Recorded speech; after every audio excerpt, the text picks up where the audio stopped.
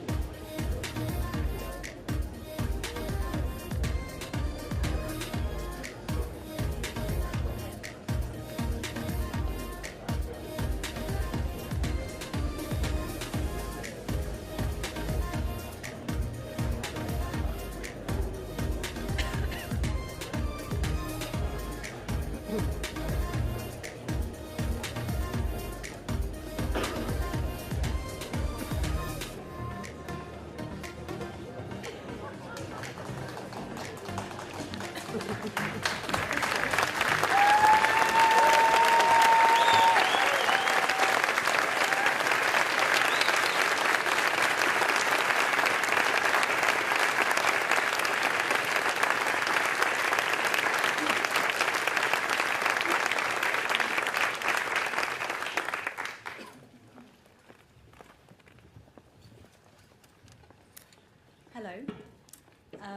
My name is Caroline Elserman. I am the founder of Little Jungle School of Early Childhood in Peckham. We believe that the early years are a fundamental part of all human beings' journey to become strong and competent adults. The first 5 years of a child's life are a crucial period of their development. Of course, we do teach the children vital skills like numeracy and literacy, but more importantly, this is when the foundation for future learning and health is established. In these early years, children learn to express their ideas and find their voice. They develop their social skills as well as their critical thinking skills. They also develop a strong sense of self. With more and more families needing to have both parents go to work, early years professionals like me have an important responsibility to expose children to rich learning experiences. With us, they can develop and practice all of these important skills which they can put to use in the future. It is short-sighted to think about the early years as just care, or as a means of preparing children for literacy and numeracy skills only. We need to be ambitious for all children, to help them develop numerous skills so that they can start primary school with equal potential they were born with. Without this strong foundation, some children may never catch up. This will lead to further, probably more expensive interventions being needed at a later date. It may mean teachers trying to give them extra help being taken away from the rest of the class, or those unprepared children falling further behind. We need to make sure every child has the opportunities they deserve. We're already starting to see the change that a government can make. Hundreds of thousands of working parents can now get extra help with their childcare, with 15 hours government-funded early education each week for children aged 9 months and older. The government are setting up breakfast clubs in every primary school so that children can start their day ready to learn. They're funding 300 new or expanded nurseries, which will open to the school for the next school year. And speech and language support for young children so that every child can find their voice. And they're supporting parents too, in this very, very important time. With paternity leave and maternity leave being protected so working parents can spend time with their family. This government will keep going to help children like the ones that I work with and make sure every child gets the best start in life. Thank you.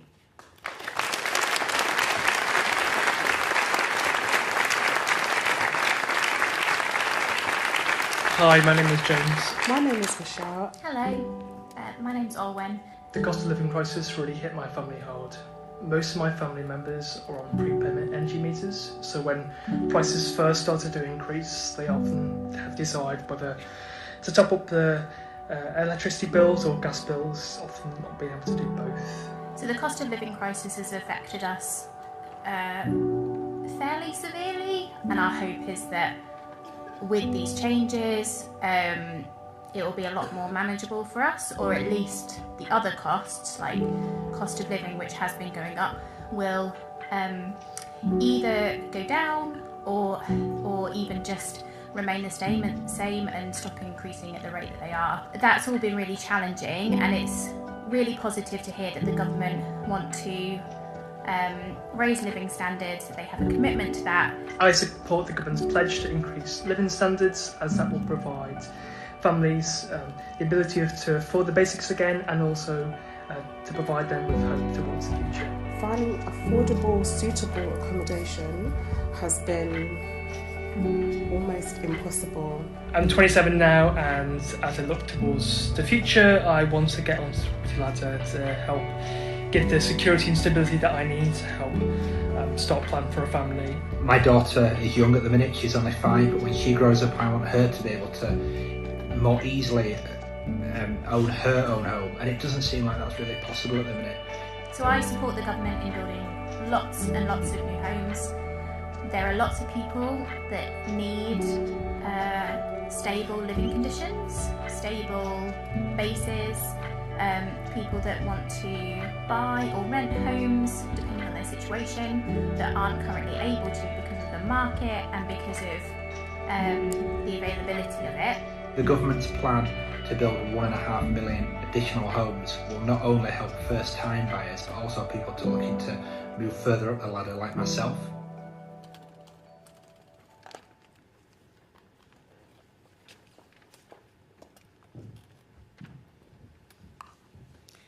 Hello, I'm Billie Jean Daniels. I'm an outreach teacher at the Royal Free Hospital Children's School. I'm a mum of two girls and a proud nanny BB, and I live in North London. I was diagnosed with and treated for breast cancer just over 2 years ago. I went to see my GP about a lump that I'd found, and she referred me to have it checked out. It took weeks and weeks to find out what kind of cancer I had, how advanced it was, and to start my treatment. Waiting was torturous. It was all I could think about, and my heart goes out to anybody that has to wait. When you're told you have an aggressive, highly recurring cancer, it is terrifying, and you just want to have it removed from your body. It was a torturous wait for my 2 beautiful daughters, for my mum, my dad, and for my friends. And in some ways, it felt harder for them at times than it even did for me. Once I started my treatment, everything fell into place and worked brilliantly, like a well-oiled machine. So getting into the system can be a struggle, but once in, I had such amazing care at the Royal Free Hospital. So following my treatment, chemotherapy, surgery, radiotherapy, targeted treatment, I found it incredibly tough. I struggle both physically and with my mental health. I'm so appreciative for the fantastic support network around me, including Maggie's Cancer Charity. Thank you. Cancer feels so prevalent for me. I've lost recently family members and friends to cancer, and a younger, very lovely friend of mine in her early 30s is having treatment for recurrence.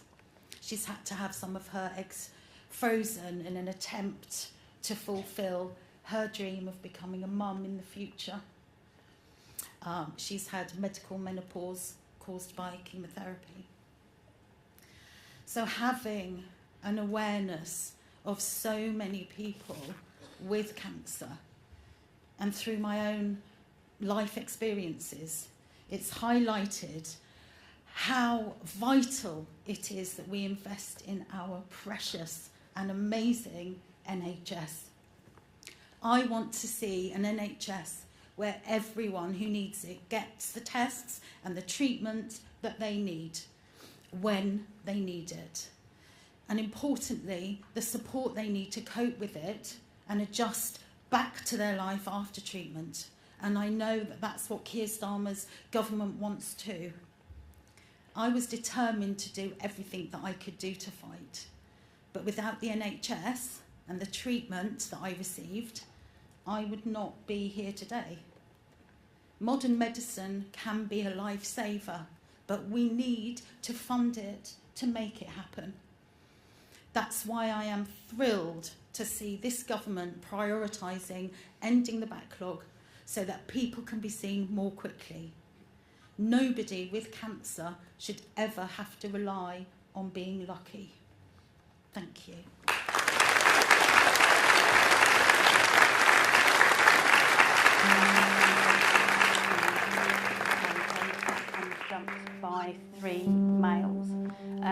knife to his throat, saying, "Do not report, otherwise you and your family are at risk."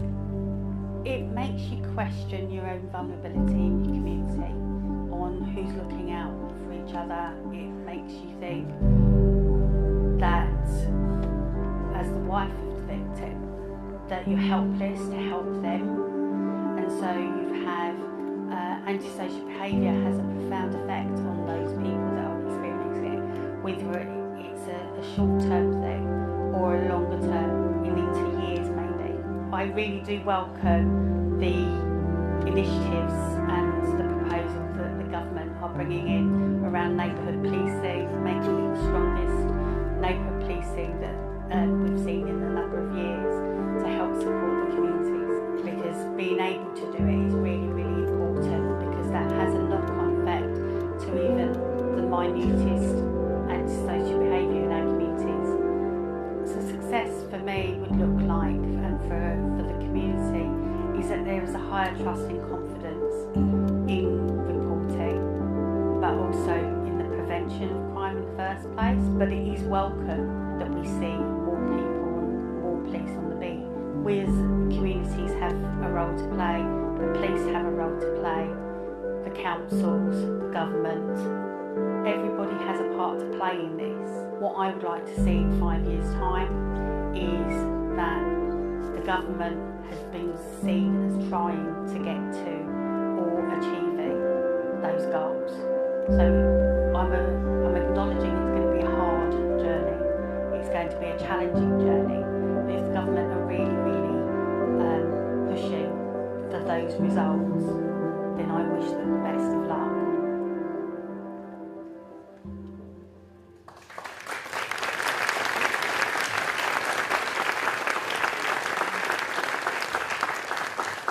Good morning, everyone. I want to start today by thanking everyone who's shared their story. This is why I do my job, to change the lives of working people. The Prime Minister will show today how our plan for change will do just that, with an unrelenting focus on the issues that people really care about. And it's an absolute pleasure to welcome you to Pinewood Studios, where so much magic has been made over the years. Fantastic films which showcase the best of British innovation, from Star Wars to Superman. Cleaning up the mess that we've inherited feels like a job for a superhero. But this isn't fiction or fantasy. It's down to a Labour government to do the job we have done throughout history. As Clement Attlee built the hundreds of thousands of homes for heroes from the rubble of the Second World War, Nye Bevan created a national health service helping everyone based on their needs and not their ability to pay. Barbara Castle and Harold Wilson secured equal pay with women unionising in the workplace. And Tony Blair and Gordon Brown tackled child poverty and rebuilt our public services from the ground up. Now this Labour government, under Keir's leadership, must achieve the growth and the better living standards that every part of the country needs, and every person in the country desperately needs and deserves. And we're already rebuilding Britain in partnership with working people, focusing on their priorities. We know that fixing the failures of the past will be a massive challenge. But our mission-led approach to government is about tackling them head-on. We will get Britain back on its feet. We'll create the good jobs, new homes and a strong communities that are the foundation of a good life. We know how missions can drive our country forward. We've seen it before, when the last Labour government pledged to end child poverty within a generation. That commitment changed my life.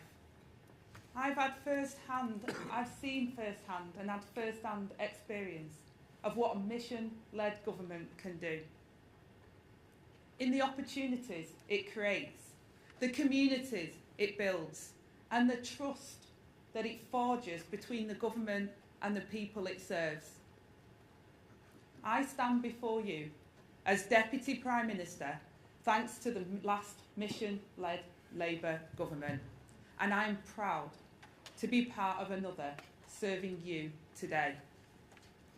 Change has already begun, with a £22 billion boost to get our NHS back on its feet and tackle the waiting list. Great British Energy turbocharging the drive for clean energy. Investment in our buses and putting railways back on the path to public ownership. And new rights and protections for renters and bold action to deliver safe and affordable housing. Free breakfast clubs launched. A new generation of teachers being recruited to create opportunity for the next generation. A £12 an hour minimum wage. And our pro-worker, pro-business New Deal for working people. A New Deal that we put before Parliament within 100 days that will raise living standards and security at work for over 10 million people. That is more action for working people in the last 5 months than the Tories managed in 14 years. And the incredible expansion planned here for Pinewood Studios mirrors the growth we want to unleash around the country. Raising living standards to heal economic and social hardship, transforming our transport system, fixing our broken housing market and delivering for safe, affordable, decent homes and the infrastructure that we desperately need. Partnering with local leaders, business and civil society to ignite good growth in our towns and cities. Labour isn't afraid to be bold, and that is what this country needs. We will deliver the most ambitious but achievable programme for a government in a generation. To create a fairer Britain, where families have more money in their pockets, fair pay for a fair day's work, good jobs and opportunity to thrive, where no one is written off or left behind, a Labour government with working people at its heart. That's our plan for change, and we're united behind it. And above all, it's a plan that shows we've listened to you and that we will continue to listen. And on that note, before I finish, I'd like to invite you to listen to Bliss. Like so many others, Bliss delivers the change we want to see every day, keeping people warm in their homes with renewable energy. Thank you for being here today, and over to you, Bliss.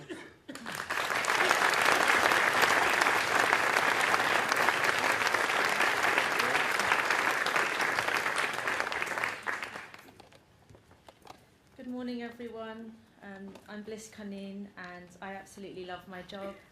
I'm a plumber, officially known as a low-carbon heating support engineer, installing heat pumps for Octopus Energy. Every day, I get to help regular people enjoy the benefits of cheap, renewable energy in their homes while contributing to the UK's goal of net zero. I take pride in my work, and as someone worried about our climate, I feel really good about the change I'm helping to deliver. But it's been a journey to get here. When I left school, I didn't know what I wanted to do. I signed up to uni because that felt like the traditional route to a job, but I didn't enjoy it and couldn't see a career after study. I cut it short and decided to do what makes me happy. Becoming a plumber wasn't easy at the start. It's hard to get work if you haven't been an apprentice, and some companies don't create the opportunities for those starting out that Octopus has. But the rewards on the other side have been worth it. A couple of weeks ago, I did an install for a retired couple. It wasn't an easy job, and a bit of problem solving was required. Each day they cooked us a different lunch, which was so generous. And on the last day, I bought them flowers to say thank you. And that's what gets me out of bed each morning, is helping people. You hear a lot of stories about heat pumps, but most of them are not true. For me, it's not a competition with gas. It's just what saves on bills and what saves the planet. I'm already seeing people's attitudes changing. In just the space of a year, people are much more supportive. So, Prime Minister, my message today is to keep going with the clean energy mission. There are so many more heat pumps we can be installing, and they make such a difference to reducing our emissions. So thank you for making this agenda happen. Thanks for supporting clean technology, and thank you for supporting jobs like mine. I know we're making a real difference, and this is why I'm delighted to introduce today the Prime Minister, Keir Starmer.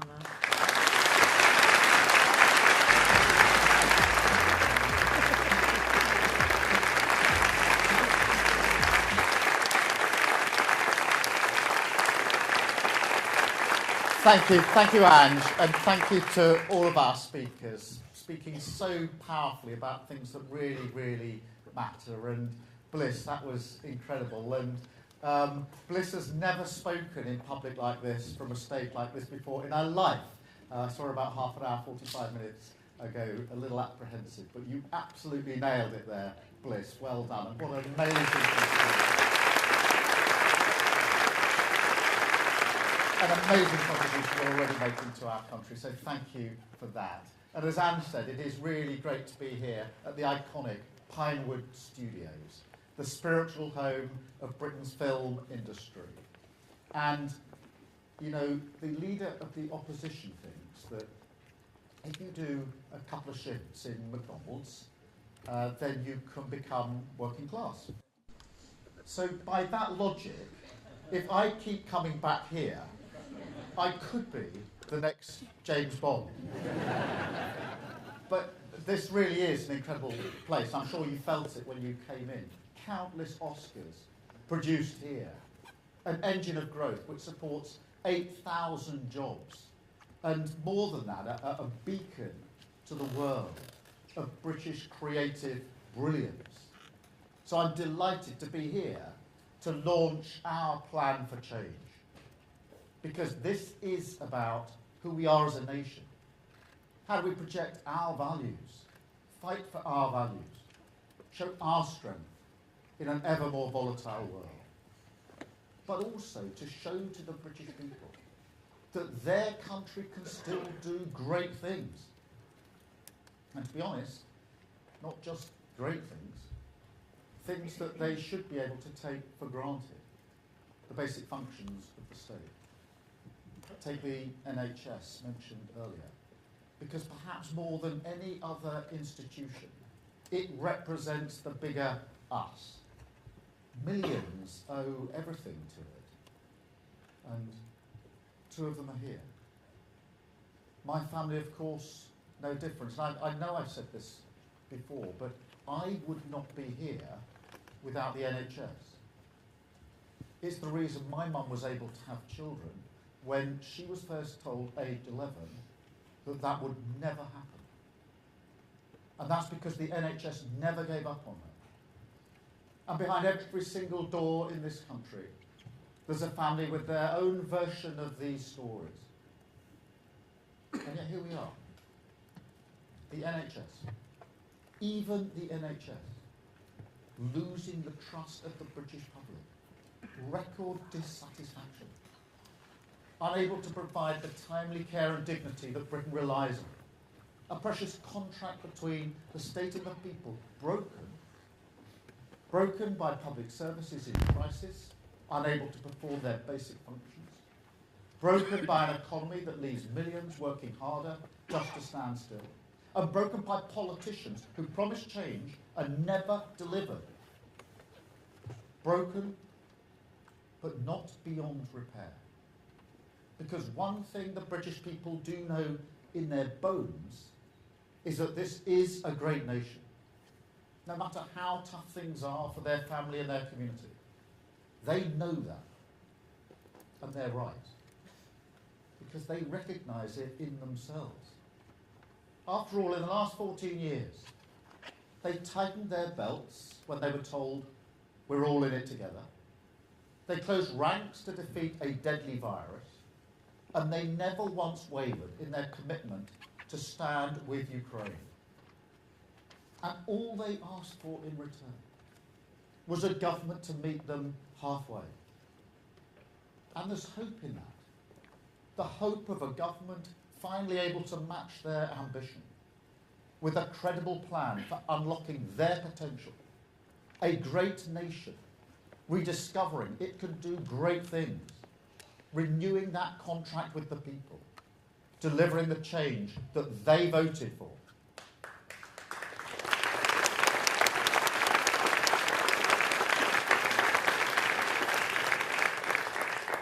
But that's the catch, isn't it? The purpose of this government is to make our public services and our economy work for working people, strengthen our country in a world that increasingly preys on weakness. It's a cause that demands nothing less than the full power of government. Yet that's precisely what's broken, isn't it? As I've said a number of times, fixing the foundations is like finding damp in your wall. You can paint over it, and get the hairdryer out and dry it, all done that, hope it goes away. Or you can strip it out, rip out the plaster, and deal with the problem once and for all. But unless we fundamentally reform the way government goes about its business, unless we first change how we try to change the country, then the hairdryer is all we've got. And this is a big job. Prisons overflowing, the NHS on its knees, a £22 billion black hole in our public finances, which, to put that in context, is nearly half of what we spend on defence of our country. Now, I don't want to use that as an excuse. I expect to be judged on my ability to deal with it. And the work of change has begun. £25 billion invested in the NHS.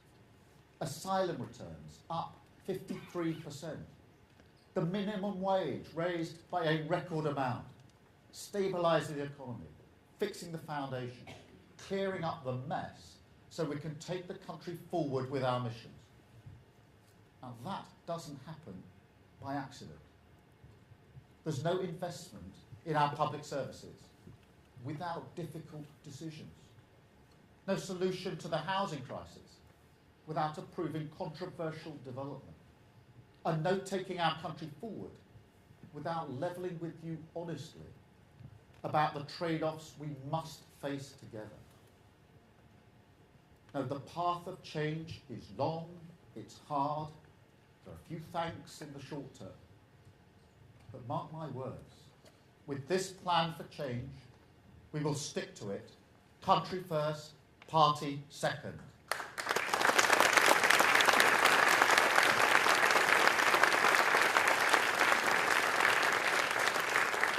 So in that country first spirit, we change our plan, a plan for change, a plan that does two things at the same time. First, it doubles down on our national missions, a strategy that, for all the turbulence of the world around us, has remained robust since we published it nearly 2 years ago. A strategy that will give the government and the nation, whether in calm or choppy waters, the stabilising certainty of the clear destination, guide us towards a decade of national renewal. Yes, some will say, we've heard these missions before. Where's the rabbit out the hat? In Westminster, they always say that. But I make no apologies for sticking to our plan. And no apologies for fixing the eyes of Whitehall. Not on the distraction of Westminster, but on the long-term good of our country. However, to drive those missions forward in this Parliament and show our progress towards them, today we publish new milestones, measurable milestones, that will also give the British people the power to hold our feet to the fire. Because that accountability, that is part of how we shift the focus in Westminster towards long-term change. Second, our plan commits Whitehall to mission-led government, an approach to governing that won't just deliver change, but also change the nature of governing itself, fix the foundations and find new tools for the job. Make no mistake, this plan will land on desks across Whitehall with the heavy thud of a gauntlet being thrown down. A demand, given the urgency of our times, for a state that is more dynamic, more decisive, more innovative, less hostile to devolution and letting things go. Creative on the deployment of technology, harnessing its power to rethink services, rather than replicate the status quo in digital form. Artificial intelligence is particularly crucial here, an unprecedented opportunity for this country. We are strong already, and we must become stronger still. And we must also tear down the walls of Whitehall, let the nation in, a state that builds its capacity through partnership, rather than viewing itself as the only source of expertise. Because ultimately, mission-led government is a plan for the nation, a partnership. Businesses, charities, campaigners, unions, investors, England, Scotland, Wales and Northern Ireland, the people of these islands, all pulling in the same direction, all focused on taking our country forward. Because at the end of the day, we all have a stake in change. We all look forward and see the same horizon. We all feel the burden of where we are as a country. The contract which must be repaired is ours. And that requires change. So this is our plan. It begins, as we set out in our manifesto, with strong foundations. Economic stability, national security, border security. Those fundamentals never change. And we will never risk them. That's the argument we made and continue to make about the values of a changed Labour Party, serving the real concerns of working people. Not changing the conversation, not walking away, or talking down to them. And that's not just about immigration. But, as ever, that shows the argument. Take these statistics that were published last week, which revealed with total clarity how the Tories lost control of immigration, opened the borders deliberately to cover up the extent of their economic stagnation. Zero regard for the damage to trust in politics. Absolutely unforgivable. And this government will reduce immigration, legal and illegal, because that is what working people want. And not just on migration itself, also the way that they want the economy to grow for them. That is absolutely the change that we promised at the election. And we're not hanging around. We're clearing the asylum backlog, processing thousands more claims than when we came to office. Returns of foreign national offenders up 29%, on track for the highest overall number of returns for 6 years. That is what dealing with the problem seriously looks like. A much more meaningful deterrent than spraying taxpayers' money up the wall or the ridiculous Rwanda Guinea. And then, on those strong foundations, we rebuild Britain with our national missions, driven forward in the harsh light of accountability by the milestones for this Parliament. 1. Higher living standards in every region of the country as we target the highest sustained growth in the G7. So working people have more money in their pocket. The burden of the cost of living crisis no longer intruding on the joy of their family life. 2. Britain rebuilt with 1.5 million new homes. So the security I enjoyed when I was growing up, the base camp aspiration of home ownership, doesn't move further and further away from working class families like mine. 3. Safer streets. more police on the beat, stamping out antisocial behaviour in every community. Because nobody should feel insecure in the streets that they call home. 4, the best start in life for every child, with a record proportion of 5-year-olds starting school ready to learn. Because it's a scandal, an affront to the British value of equal respect, if we do not give every child, whatever their background, a fair chance to succeed. 5, clean power by 2030, homegrown British energy, making our country more secure. So never again can a tyrant like Putin attack the living standards of working people. And 6, waiting lists in our NHS cut. The 18-week target from referral to treatment finally met. A symbol of the NHS back on its feet, facing the future, dignity and care restored to millions. Now, some people may say, that's pretty brave, you've seen the books now, you know how hard that NHS milestone is. Building 1.5 million homes is ambitious, perhaps a little too ambitious. And look, I'll be honest, they're right.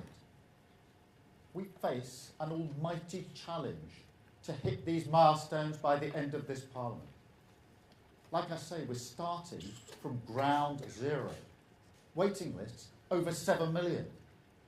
Housing starts and permission the lowest for a decade. 1 in 3 children not ready for school at the age of 5. And that's kids in reception who aren't starting to read. They're struggling to speak. And, you know, in fact, given our inheritance, let's say on housing starts, clearly, if we don't turbocharge house building with reform, we won't meet that milestone. And if that level of candour surprises you, then honestly, it shouldn't. After all, what is the point of setting a target that you can deliver without bold action? That's not public service. That's political cynicism. No, the job of these milestones is to take our country forward, drive reform through the public sector. It's not about making the government look good. So yes, they are risky for us. Country first, party second. Because that is something we've totally lost sight of in British politics. And to be honest, across Whitehall as well. I don't think there's a swamp to be drained here. But I do think that too many people in Whitehall are comfortable in the tepid bath of managed decline, have forgotten, to paraphrase JFK, that you choose change not because it's easy, but because it's hard. I totally get that when trust in politics is so low, we must be careful about the promises we make. But across Whitehall and Westminster, that's been internalised as a don't say anything, don't try anything too ambitious, set targets that will happen anyway, like Rishi Sunak's inflation target, for example. And then they wonder why working people won't give you a pat on the back. Wonder why working people no longer believe that politics can make a real difference to their lives. Our plan for change is a break, both with the unrealistic bluster of Boris Johnson, but also with the acceptance of decline that was Rishi Sunak's 5 pledges. Our plan for change is the most ambitious and credible programme for government in a generation. And we embrace the risk that comes with it. Because if there was no jeopardy, if there was no resistance, no blockages or impediments for us to remove, then as sure as night follows day, that will be a sign that we're not serious about delivering change. And I will never do that. The mandate was for change, and change is what we will deliver.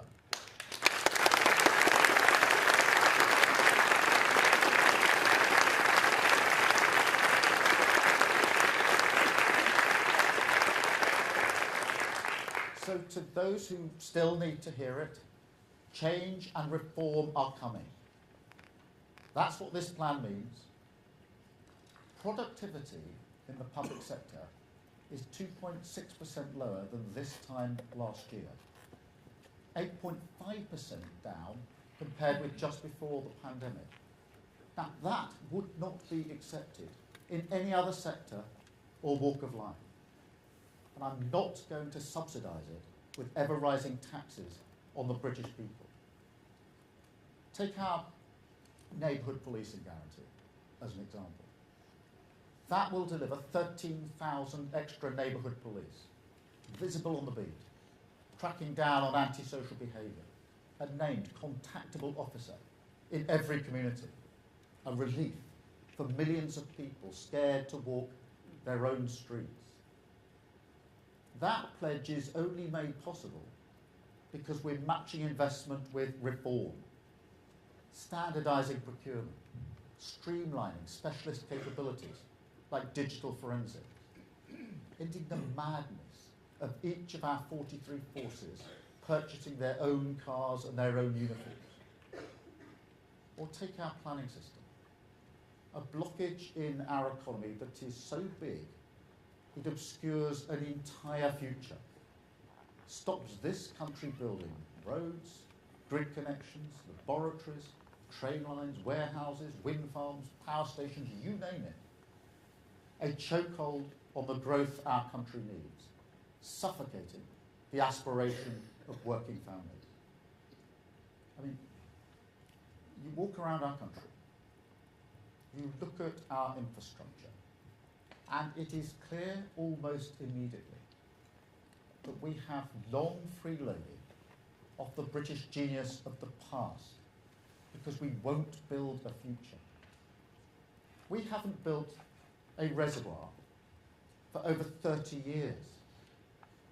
And even the projects we do approve are fought tooth and nail, nail and tooth, until you end up with the absurd spectacle of a £100 million bat tunnel holding up the country's single biggest infrastructure project, driving up taxes and the cost of living beyond belief.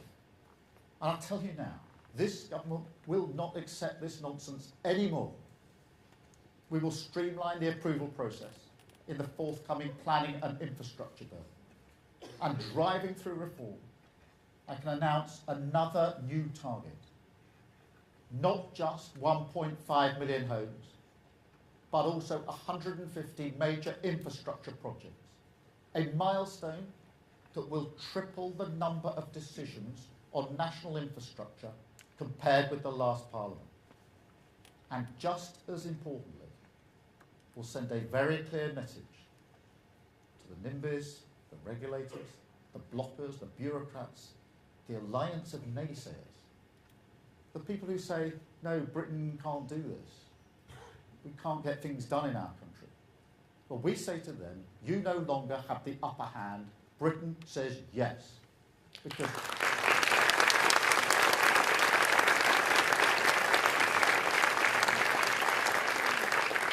Because whether you like it or not, we are building a future for working people, making our country strong with stability, investment and reform. And we're building it with urgency, because there's no time to lose. Everyone can see there's a growing impatience with traditional politics. Everyone can see how people are tired with those who fail to get the job done.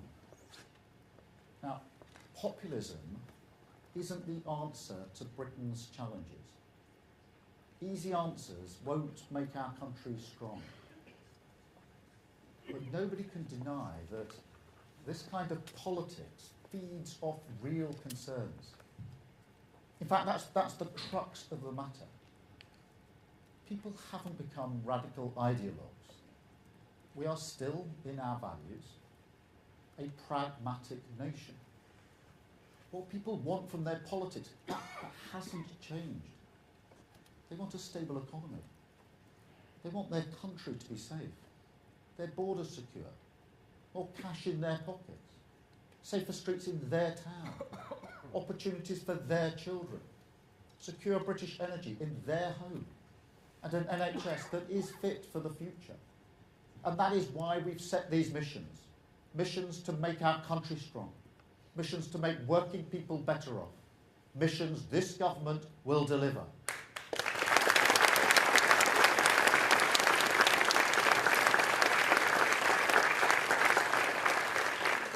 And I don't think these are unreasonable hopes. Clearly not. But nor do I underestimate how little faith there is from working people most of all, that politics can still deliver for them. And that's not unreasonable either. Because they kept to the contract, worked tirelessly for their family and their community, but the previous government never kept their side of the bargain. And that is what we must change. That is what these missions add up to. I don't want to give you the whole story about my parents all over again. But no matter how tough life was growing up, they always believed that if they worked hard, Britain would be better for their children. You can call that hope. You can call it security. You can call it aspiration. In the end, it amounts to the same thing.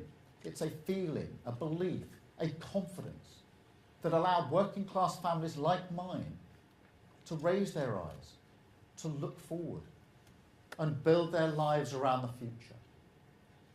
People can call that sentimental if you like, but I am convinced that if we unlock that potential, there is so much power in this country. I'm convinced that if we get these missions right, we can make our country stronger. I'm convinced that if we can show that politics can change Britain for the better, then we can face the future with confidence.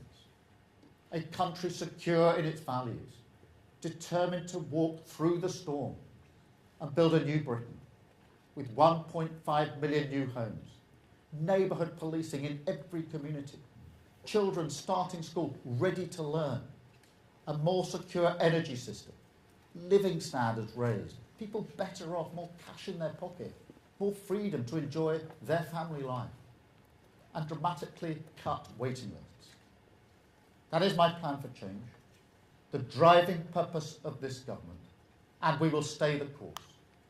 We will fix the foundations, repair the damage, reform government, and rebuild Britain through the power of change. Thank you very much. Thank you.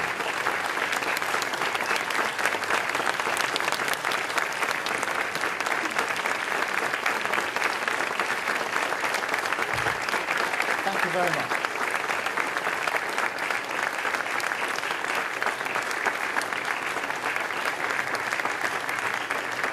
Thank you. I'm now going to take a number of questions from the media. I'm starting with Chris Mason from the BBC. Chris.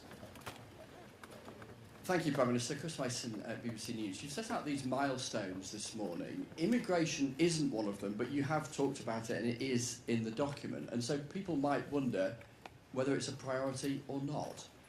Thank you. There are basics in government. One of them is security and security of our borders. And they're foundational. And they must be delivered. So immigration and control of immigration must be delivered. That is a foundational principle that any government must do. The missions then sit on top of that. They're the change that the government will then bring about. And so these are absolutely integral to our plan. They're the foundational stone of the plan, and they will be delivered. We'll bring in immigration down, both legal and illegal. But I take that as the basic security that any government must deliver, and we build the 5 missions, the plan for change on that. Thank you, Chris. Can I come to Beth, please? Thank you. Beth Rigby. Sorry. Yeah, I've got stuck. I got stuck, I'm up. Prime Minister Beth Rigby, Sky News. I want to follow up on Chris's question because I'm a bit confused. You say migration in this country under the Tories is unforgivable. You said borders are one of your top 2 priorities. You put tackling small boats into your mission promises before the election, adding it to your 5 missions. And yet on the banners behind you, there's nothing there. In the 6 milestones of measurement, there's nothing there. So you have not given the public one metric on which to measure you when it comes to migration. Is that because you fear failure, or is it because you said it was a priority to win, but actually it's not even in your top 6? Thank you. No, Beth. The way we've constructed it is that there are foundational things that a government must do, and they are based on security. So national security is obvious, but border security is equally obvious in my view. And that's why I've said we are committed to bringing down immigration, both legal and illegal. We must stop people crossing in boats across the channel, and we have to get to grips with the volume of regular migration we have in this country. The statistic last week was shocking. Net migration of nearly 1 million, quadrupled in just 4 short years. It is the duty of government to bring that down. It is our duty to do it, and that's why I said it out in my speech, that is what we would do, and we will do it. The missions are then the additional things that we want the government to do, the change that we want to bring about, and that's why we set them out in our manifesto. Each of the chapters in our manifesto was an example of how we would deliver that, and the plan for change then takes them forward with measurable milestones so that the public can see whether we're making the progress that we need to make in the missions. But the foundation is still the foundational stone on which this is built, which of course includes as an integral part border security. Thank you, Beth. Robert from ITV. Robert Beston at ITV. Prime Minister, I don't know whether your colleagues mentioned this to you, but there's actually never been a parliament in modern times when real household disposable income didn't rise. I mean, it rose the lowest on record in the last parliament, and it's currently forecast by the Office for Budget Responsibility to rise the second lowest on record in this parliament, largely because you put up employers' national insurance. So what is your target for increasing real household disposable income, living standards? Because unless you put a numerical target on it, it's a meaningless milestone. One of the worst failures of the last government was that living standards went down. People were actually worse off at the end of the government than they were at the beginning of the government. That's unforgivable. And that's what we want to turn around, to make sure people feel they're better off. There's one thing that came across in the election time and time again. If you ask people the questions on the doorsteps up and down the country, do you feel better off? There was only one answer given to that question, which was no. And that's what we intend to turn around. Stabilising the economy was an essential first step, because until you stabilise the economy, you can't build anything. On that, we then drive at living standards and drive them up. And people know when they're better off. It's one of the first things that people talk about. Of course we'll go on, that's what the milestones are here. They all ladder up to our plan to make sure that living standards go up. But this is, I think, one of the most important people. Do people feel that they're better off? Do they feel safe? Do they feel they've got an NHS that's working for them? These are the fundamentals that I think everybody is most concerned about. Thank you very much, Robert. Chris Hope. Chris Hope from GB News, Prime Minister. Again, sorry on secure borders. Your plan is to reduce net migration and reduce overall small boat crossings. GB News viewers will be saying simply, is that it, Prime Minister? Why can't you stop the boats and cut net migration to under 100,000? Is it because you can't or you don't want to? And just very quickly, can you afford all this with no more big tax rises? Look, Chris, we are going to drive down migration, both legal and illegal. That will only be done with a serious plan. We had a gimmick for a number of years called Rwanda. And what happened? The numbers went up. We wasted a lot of money, £700 million, removing 4 volunteers to Orlando. It didn't work. The only way to make it work is to smash the gangs that are running the vile trade, and that's why we've invested so much in setting up the command that is needed to do that, and with the enforcement action that follows through. And as you know, there was a very significant arrest just the other week in relation to the work that we are doing. That is how you do it. That is serious. That is a government that absolutely is getting to grips with this. Same on legal migration. You invite me to put an arbitrary number on it. For 14 years, we had an arbitrary number under the previous government. They said it was a hard cap. It wasn't hard, and it wasn't a cap. The net result of their deliberate policies was that migration went up 4 times, staggering those figures of last year. So we will not be following that approach. We're going to do this in a serious way to take migration down. And I think that's what the British public want, a serious plan to ensure we've got control of our borders, not arbitrary caps, not gimmicks, because if we've learned one thing from the last 14 years, it's that they have the opposite of the desired effect. Thank you very much, Chris. Gary from Channel 4. Thank you very much, Prime Minister. I'd like to follow on something that Robert Peston was asking about there, because you say people know if their income's gone up, but you're very specific in here. You're saying you want the measure used, annual average growth of household incomes, you want that measure to go up. It went up by 0.3% in the last Parliament, and it's projected by the OBR to go up by 0.5%. Do you, under your, in your government, do you give yourself a pass mark if it is 0.5%? Is that job done? And I've got to ask some of these other ones, which are slightly puzzling. On the NHS pledge, milestone, sorry. What happens to all the other ones that you backed on the NHS in the general election, like, for instance, 4-hour waiting times for A&E? And can I also ask you, make a point in this document of talking about the 1.5 million homes in England? Gary, it's one question. Well, it's a long document. We've come a long way. Yeah, but I mean, we're never going to got a lot of people to get through. You change your language here on housing and you say it's hugely ambitious. Is that because you actually think the 1.5 million is a bit of a moonshot and you're not going to get there and you're preparing the ground for that? Well, Gary, let me take all 3 parts of your question. Firstly, on living standards. Look, nobody feels they're better off under the last government. And you know, we just tested that on the 4th of July across the entire country. One of the main conversations on every doorstep was people saying they didn't feel better off. In fact, they felt worse off. That's what we are intending to change, and that's why we've made it one of the priorities under the plan. On the second point you make about the NHS, I want to hit this absolutely on the head, because I do not accept the proposition that because you drive to deal with waiting lists, then everything else must suffer.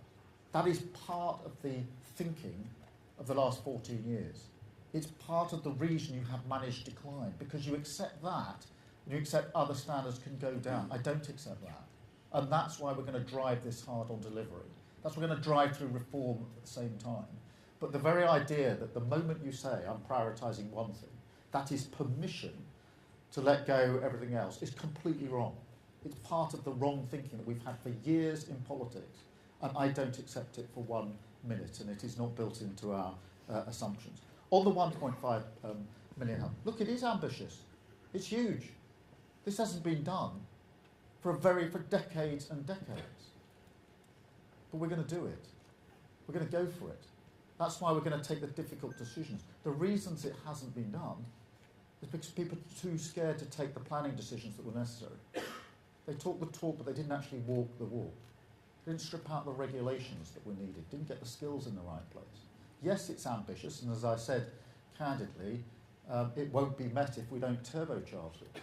But we can do this, and we're going to do this. It will be an incredible thing for so many people who need a secure roof over their head, somewhere of their own that they can own, and a massive driver of our economy. And again, I don't accept that by setting out clear priorities, somehow that's permission to either underachieve or not bother about other areas. That's part of the thinking that we intend to challenge and to change. Thank you very much, Gary.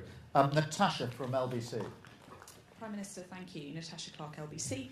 First it was foundations, then it was missions, then it was steps, now it's milestones. Do you accept that this is quite a confusing plan for the public to understand what on earth your government is going to be all about? And obviously today you've told us that you're going to downgrade that growth aim from the highest of the G7. It's now just an aim. Clean power on 2030, it's now at least 95%.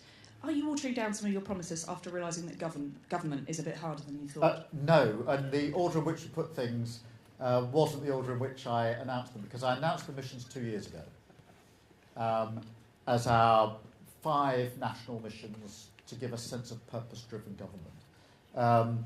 And, you know, like all of the strategies I've set down since I became Labour leader before 2019, after getting through the 29 election, and then into the election of 2024, we've had a strategy, we've had a plan, and we've stuck to it. So those missions went down 2 years ago, we've stuck to them, I've just reiterated them now. We had them as our foundational documents in the manifesto. As I say, it was a chapter for each mission in the manifesto, so that's what we took to the country, that's the change that people voted for. We had 6 steps, the initial steps that we would do, which we indicated that we could do quickly after the elections, things like setting up GB Energy, which we have done, and other things we've been able to achieve, putting the money in to drive and make sure we got those 40,000 extra appointments every week.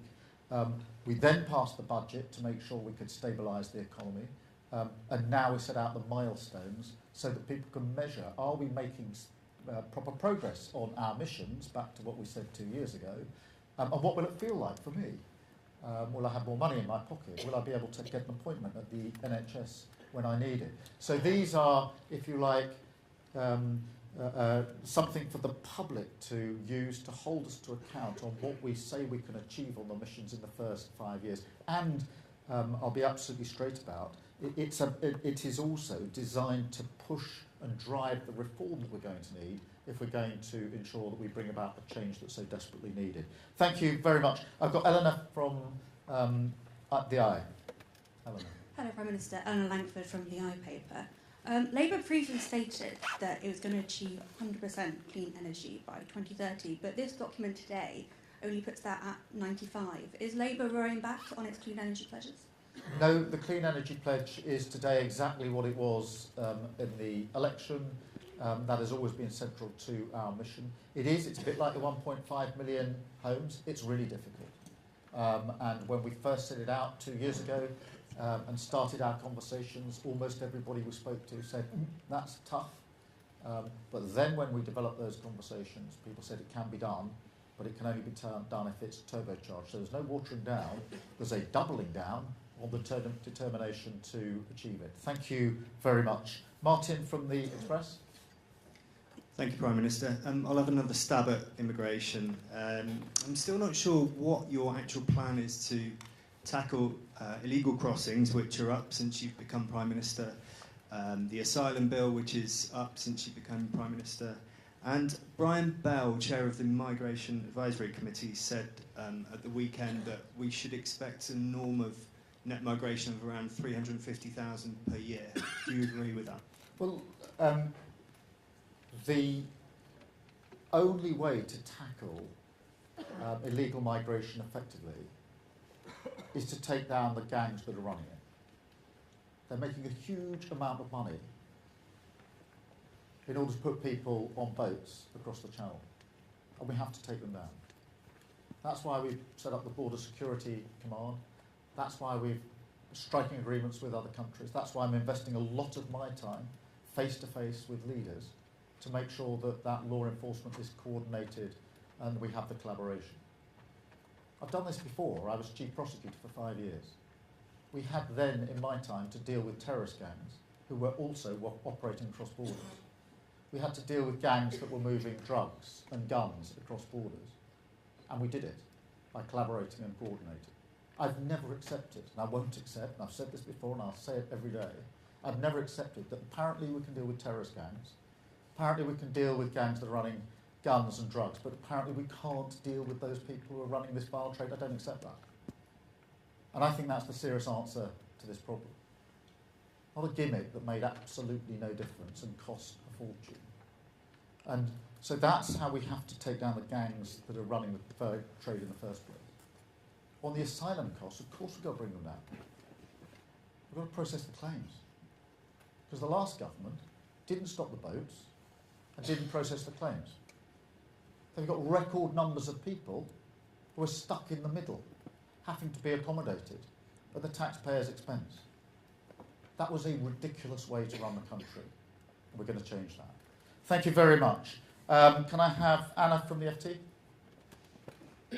Hi, Anna Gross from the Financial Times.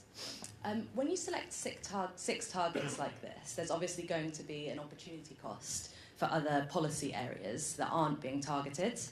None of the 6 milestones that you selected here seem like levers that will actually drive growth. There's nothing on skills, on training, on transport, on driving investment into the UK. Has the government given up on prioritising economic growth? And just a second part of that, you also previously said you'd have the highest growth in the G7 by the end of this Parliament. Is that still the ambition? Firstly, let me push back on the suggestion that none of these have got anything to do with growth. They've all got everything to do about growth. If you can't get an operation and you can't get back to work, that has a massive impact on growth. Housing has a massive impact on growth. It's one of the biggest factors in determining growth, the house building projects across the country. Not just the projects themselves, but also the way in which it allows people to live where they need to live for the jobs that they're going to have. So these are all deliberately there, laddering up to growth, which is the #1 mission of this government. So each in their own way contributes to that. Clean power is another example. If you ask businesses, what's the thing that's really caused you the most problem over the last 3 years? Almost all of them will say very high energy bills. And so they are all there. They actually all ladder up to growth.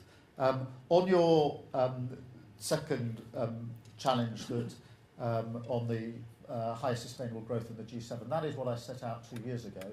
That's what I'm doubling down on today. But what we're putting in place is a milestone so people can sense, can know and measure and hold us to account as to how we're doing on that. Because growth is fundamentally important. It remains the mission. We double down on it. But growth in the abstract doesn't feel the same or doesn't mean the same thing as people feeling they're better off. And therefore, I want to make sure that people understand, what do we mean when we say the highest sustainable growth in the G7? We mean you're going to feel better off. And so it's a milestone towards that mission which remains in place. Thank you very much, Anna. Ben from The Telegraph. Thank you, Prime Minister. Ben Riley-Smith from The Telegraph. Can I go back to that clean energy pledge? You seem to be suggesting nothing's changed, but I've got your manifesto here. It says 0 carbon electricity. That's 100% clean. Today you're saying 95% clean. So are you really arguing that voters, when they read 0 carbon, should have read 5% carbon? Well, Ben, the mission hasn't changed from the day I launched it nearly 2 years ago in terms of where we need to get to on clean energy by 2030. It's exactly the same as it always was. There's always going to be a mix, but that is the pledge that we made 2 years ago. That is the mission, and we've not changed it today. Thank you. Harry from The Sun. Thank you, Prime Minister. Harry Cole from The Sun. When Rishi Sunak unveiled his 5 pledges, you mentioned them earlier, you accused him, and I quote, of failing to tackle the big pressures the country face by picking easy targets, achievable goals. But haven't you just done exactly the same thing? This is low-hanging fruit, isn't it? There's no migration, no living standards, totally woolly targets on NHS reform. And to quote you again, where's the thud on Whitehall's desk about the 11 million working-age people who are not in work? How can that not be a mission? And while I've got you, what's your response to the poll this morning that says half of voters, including lots of people who voted for you in July, think you're doing a bad job? Well, look, Harry, on the ambition here, 1.5 million homes is to do, if we build that, is to do something that hasn't been done for decades. That's really bold. It's not lacking ambition. That's not easy. It won't happen, by the way, if we don't make the change that we've spelt out. It will not happen. That's what I spelt out directly in my speech. That's how hard it is. Waiting list down to target by the end of this Parliament when there's 7 million. That's never been done before.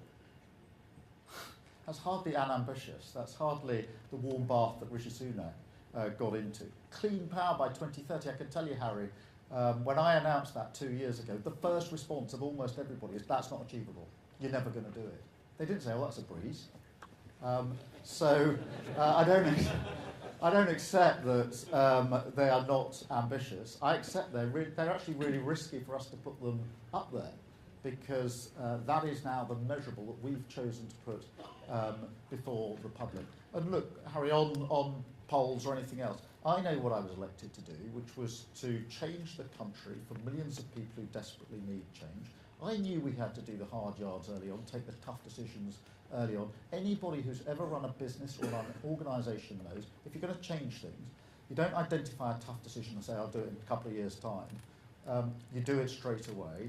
I'll be measured when we get to the next election by whether I've delivered on what I'm saying I'll do for the British public, and that is the plan that we set out today, the measurables that we have chosen to put out there to be measured against. And I've chosen them because I think, I'm convinced they're the change that the country needs and people need to feel. So thank you, Harry. Aubrey at Times. Good afternoon, Prime Minister. Aubrey Allegretti from The Times. You talk about the needs to be honest about trade-offs, but isn't it the case that by focusing the government quite narrowly on these targets, you will neglect and deprioritise other things? That could include accident and emergency, GP appointments, immigration, and violence against women and girls. So can you be honest about the trade-offs that you're making here? And to follow up on the question about the Clean Energy Pledge, you say that it's exactly what was in the manifesto, but we've reread it, the 95% figure doesn't appear there. So can you explain to people why it can't be 100% by 2030? Yeah, look, in terms of the trade-offs, I'd say two things. Firstly, I think everybody would accept that a government needs priorities. And the reason a government needs priorities is because without priorities, you don't get anything delivered. You just have a scattergun, and you don't have the focus that you need. So we have to have priorities. Now, it is inevitable that as soon as you put priorities up there, somebody will say, oh, but why didn't you include this? Why didn't you include that? And you end up back where you started, which is without priorities at all. So you have to have priorities to drive delivery. Every business knows that.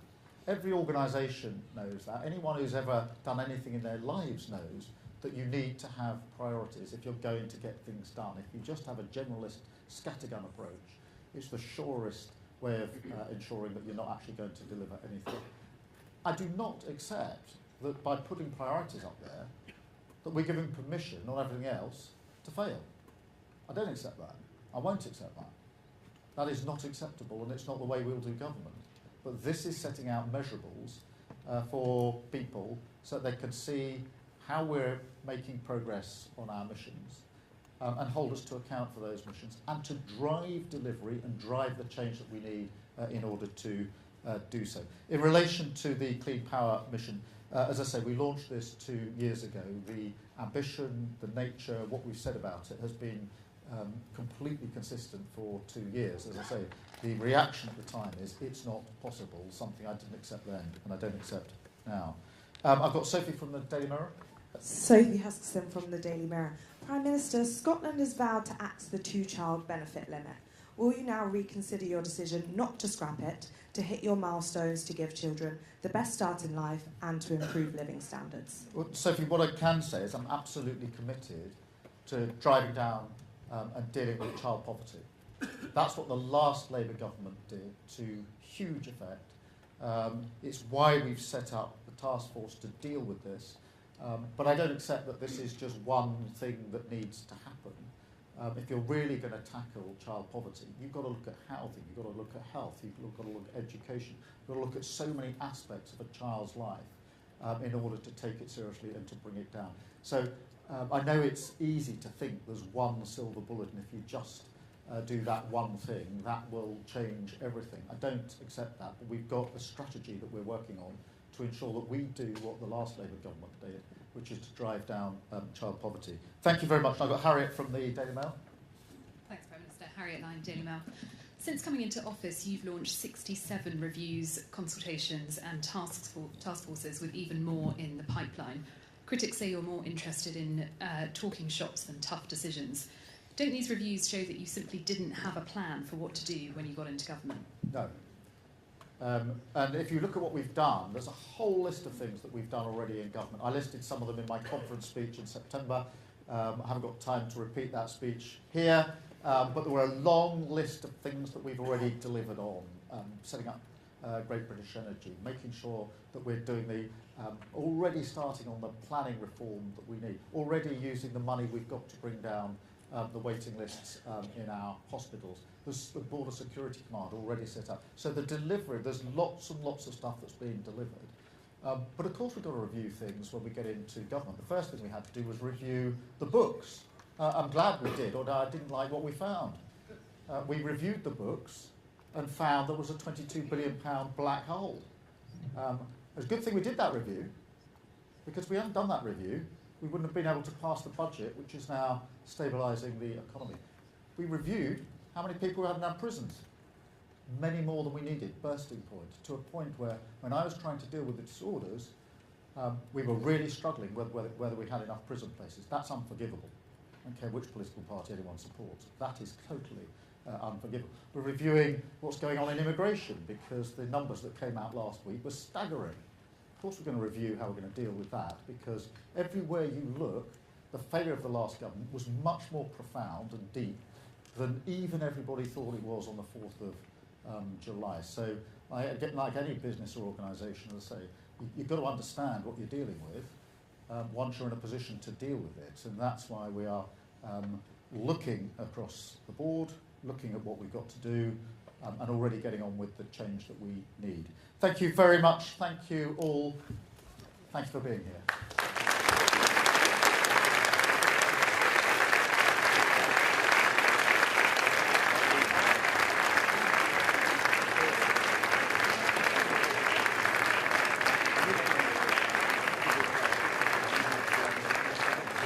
Thank you.